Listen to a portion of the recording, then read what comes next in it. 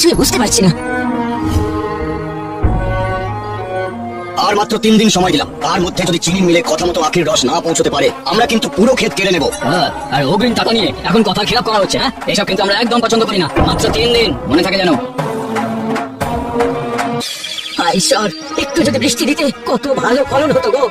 এই যে বাবা বলি, দুটো খাবার হবে, 2 দিন হলো কিচ্ছু পেটে পড়েনি বাবা। সে কি গো বুড়ি, আমার কাছে যে জল দেওয়া ভাত ছাড়া আর কিছু নেই গো তোমায় খেতে দেওয়ার মতো। তোমার যদি এই গরিবের খাবার মুখে সয়, তাহলে এই নাও নাও নাও, খাও খাও।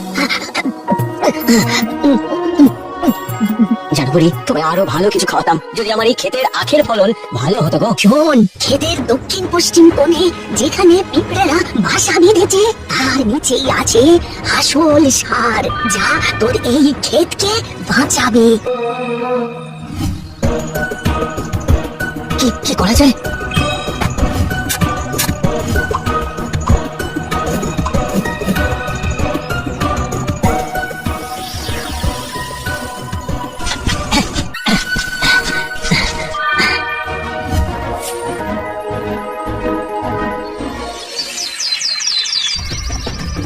ও রতন কাকা, এক্ষুনি চলো, তোমার আখের ক্ষেতে কি হয়েছে দেখো একবার।